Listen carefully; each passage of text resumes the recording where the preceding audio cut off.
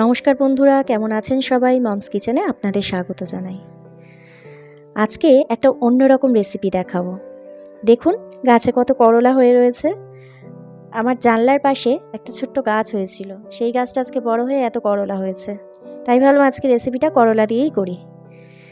অনেকে তেতো খেতে চায় না, সেই কারণে তাদের জন্য আজকে মেন কথা এই রেসিপিটাই বানাচ্ছি, যারা তেতো খেতে অপছন্দ করে। এই রেসিপিটা করলে দেখবেন যারা তেতো খায় না তারাও তেতো খাচ্ছে, বিশেষ করে বাচ্চাদের খুবই ভালো লাগবে এই রেসিপিটা। তাহলে চলুন বানিয়ে ফেলি আজকের রেসিপিটা।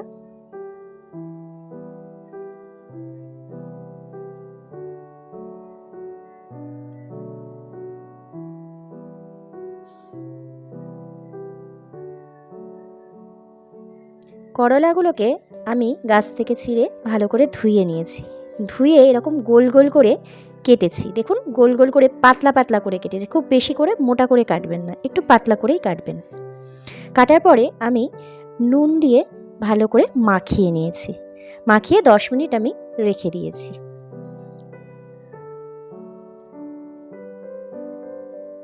দশ মিনিট পর এটার মধ্যে আমি হলুদ অ্যাড করলাম।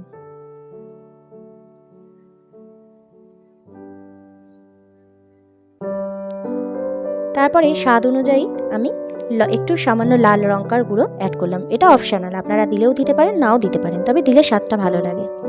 তারপরে তার মধ্যে আমি বেসন দিলাম। বেসন দিয়ে ভালো করে মাখিয়ে নিলাম। এর মধ্যে কিন্তু আর নুন দেওয়ার কোনো প্রয়োজন নেই, কারণ নুনটা আমি আগেই দিয়েছিলাম। আর জলও লাগবে না, যেহেতু নুনটা দেওয়া হয়েছিল সেই কারণে নুন দিলে এই উচ্ছেটা থেকে অনেকটা জল বেরিয়ে যায়। সেই কারণে শুধু বেসনটা দিয়েই আমি ভালো করে মাখিয়ে নেব।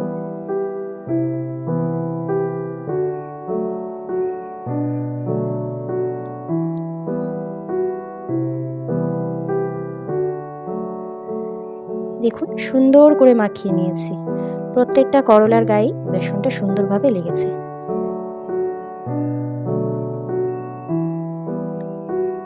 এবারে কড়াইতে তেল গরম করে নিয়ে তার মধ্যে একে একে উচ্ছেগুলো আমি ছেড়ে দিলাম।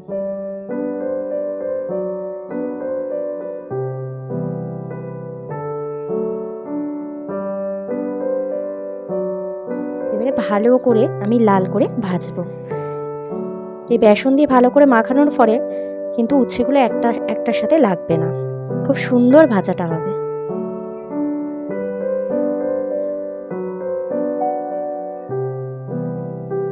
খুব সুন্দর করে লাল লাল করে দেখুন ভেজে নিয়েছি।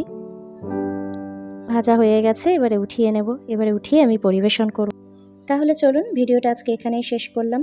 আর রান্নাটা কেমন লাগলো দয়া করে কমেন্ট করে জানাবেন। ভালো লাগলে আমার ভিডিওটাকে একটা লাইক করে দেবেন আর চ্যানেলটাকে সাবস্ক্রাইব করে দেবেন।